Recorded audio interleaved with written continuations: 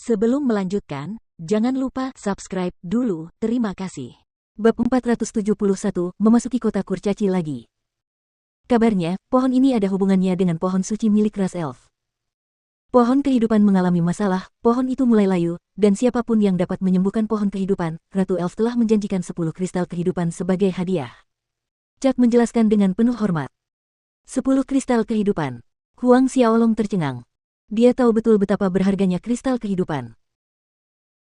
Pada beberapa kesempatan, sesuatu yang disebut embun kehidupan akan terbentuk di permukaan daun pohon kehidupan yang berwarna-warni, dan seiring berjalannya waktu, tetesan embun kehidupan berkumpul bersama, membentuk mata air kehidupan.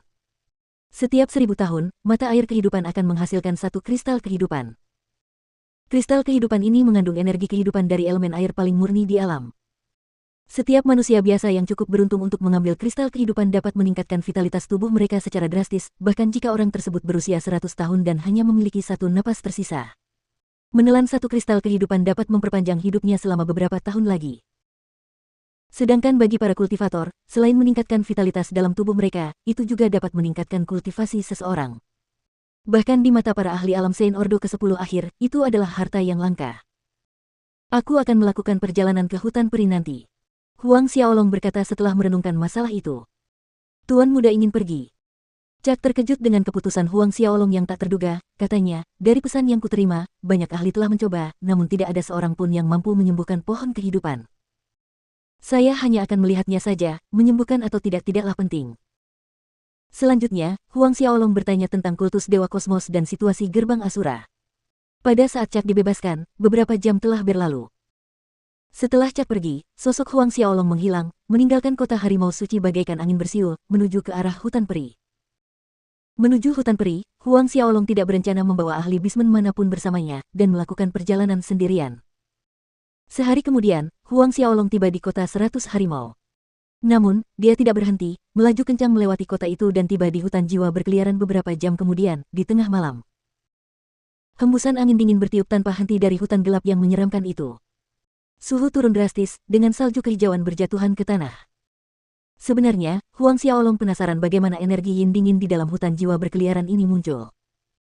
Saat malam tiba, bahkan seorang ahli alam Saint tingkat tinggi akan berpikir dua kali untuk melewati hutan itu, tetapi keberanian Huang Xiaolong lebih besar daripada kebanyakan orang. Dia terbang langsung ke tirai salju hijau yang turun, memasuki hutan jiwa berkeliaran di tengah malam. Dia terus terbang tanpa mengurangi kecepatannya. Dia segera menyadari bahwa kepingan salju hijau yang terbentuk dari energi yin dingin benar-benar menempel di kulitnya. Selain itu, setelah menempel, cukup sulit untuk melepaskannya, dan saat kepingan salju hijau itu semakin banyak terkumpul, energi yin dingin meresap ke dalam tubuhnya, terakumulasi lebih cepat seiring berjalannya waktu hingga menggerogoti vitalitas bahkan seorang ahli alam Saint. Namun, meskipun salju hijau dapat mengancam para ahli Saint Realm lainnya, itu sama sekali bukan masalah bagi Huang Xiaolong. Mengumpulkan energi esensi sejati dalam dantiannya, api esensi sejati muncul di atas kulitnya dan kepingan salju hijau segera berubah menjadi kabut. Dalam perjalanan, semua jiwa jahat yang berkeliaran yang ditemuinya berhasil dihabisi dalam satu serangan. 3 jam kemudian, Huang Xiaolong keluar dari hutan jiwa berkeliaran. Melewati Roaming Souls Grove, Huang Xiaolong mencapai Stellar Thunder Canyon. Sayangnya, sejarah punya kebiasaan mengulang dirinya sendiri. Langit malam yang cerah berubah menjadi bergejolak beberapa saat setelah ia memasuki ngarai. Angin kencang mulai menderu dan kilatan petir menerangi langit gelap saat menyambar. Huang Xiaolong tercengang menatap langit. Apakah petir di ngarai guntur bintang ini secara khusus ditujukan kepadanya? Terakhir kali, langit cerah selama 1000 li, dan kali ini sama saja, tetapi cuaca berubah hampir seketika setelah ia memasuki ngarai. Tiba-tiba, kilatan petir menyambar tepat ke arahnya, seolah-olah dia menjadi sasaran. Huang Xiaolong tidak menghindar, tidak juga membalas atau bertahan. Sebaliknya, dia membiarkan petir itu mengenai dirinya. Bagus. Seru Huang Xiaolong saat sensasi mati rasa menyebar ke seluruh tubuhnya. Terakhir kali ia melewati Stellar Thunder Canyon, petir ini mampu melukainya, tetapi kali ini, tersengat listrik terasa lebih seperti pijatan yang nyaman. Karena ada pijat alam gratis, Huang Xiaolong tidak akan menolaknya. Dia memilih untuk terbang langsung ke awan gelap yang dipenuhi petir, bergerak melaluinya, membiarkan ular petir menghantam tubuhnya, lebih cepat, lebih ganas, dan lebih brutal. Rasa kebas itu bertambah kuat dan dia benar-benar merasa ingin tertawa terbahak-bahak sambil dihujani petir. Karena terkadang petir akan mengenai bagian yang lebih sensitif, seperti puting payudaranya, atau bagian bawah tubuhnya. Ketika petir menyentuh bagian bawahnya, sensasi geli membuatnya ingin tertawa.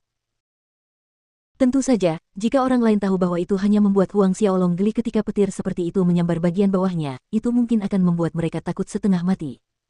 Tidak ada ahli alam sains tingkat tinggi yang berani mengekspos diri mereka pada petir yang mengerikan di Stellar Thunder Canyon. Kehebatan yang luar biasa dari bagian bawahnya berada di luar imajinasi. Huang Xiaolong tinggal sekitar 1 jam di ngarai guntur bintang. Melihat awan dan kilat tidak menunjukkan tanda-tanda menghilang, setelah cukup menikmati pijatan alam, ia terbang keluar dari ngarai. Beberapa saat kemudian, ia sampai di kota kurcaci milik para kurcaci. Pemandangan hiruk-pikuk kota itu mirip dengan saat terakhir ia berada di sana. Kakak Huang. Tidak lama setelah memasuki kota kurcaci, saat dia berjalan-jalan di jalan, sebuah suara terdengar di belakangnya.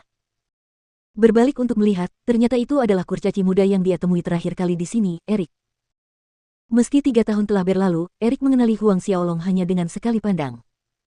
Kakak Huang, ini benar-benar kamu. Erik sangat gembira melihat Huang Xiaolong, dan itu terlihat di wajahnya yang mirip dengan reuni teman lama. Dia mencapai sisi Huang Xiaolong dalam beberapa langkah cepat, menepuk bahu Huang Xiaolong.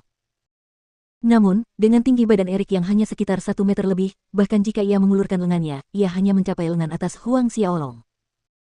Melihat siapa orang itu, Huang Xiaolong tersenyum lebar, aku hanya lewat di kota kurcaci, aku tidak menyangka akan bertemu denganmu, Erik. Erik dan dia memiliki pemikiran yang sama. Mendengar Huang Xiaolong masih ingat namanya, Erik sangat senang, mari, saudara Huang, biar aku yang mentraktirmu anggur khusus ras kurcaci kita.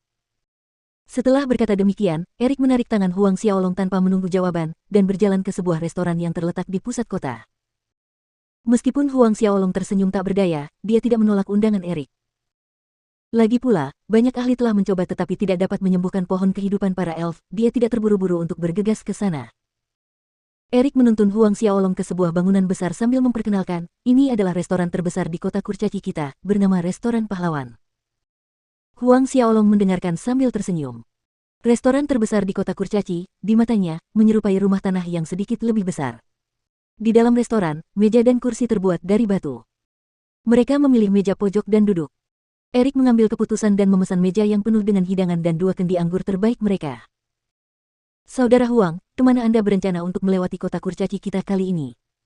Erik bertanya sambil membuka kendi anggur, melepaskan aroma harum di udara sambil menuangkan semangkuk penuh untuk Huang Xiaolong dan dirinya sendiri. Ke hutan peri. Huang Xiaolong menjawab dengan jujur. Erik tertegun sejenak sebelum tertawa, kudengar ada masalah dengan pohon kehidupan para elf. Apakah saudara berencana untuk menyembuhkan pohon kehidupan? Patriark kita juga pergi dan mencoba setengah bulan yang lalu, tetapi sayangnya dia kembali tanpa hasil. Huang Xiaolong hanya tertawa, tidak menjawab pertanyaan Erik. Mengangkat mangkuk anggur, mereka berdua berdenting-denting dan menghabiskan semuanya dalam satu tegukan.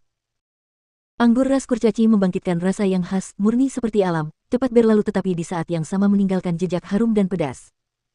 Erik, jadi kau di sini. Tiba-tiba, belasan kurcaci menyerbu ke dalam restoran, memancarkan aura permusuhan yang ganas saat mereka menghentakkan kaki menuju meja Erik dan Huang Xiaolong. Erik sedikit mengernyit melihat orang itu.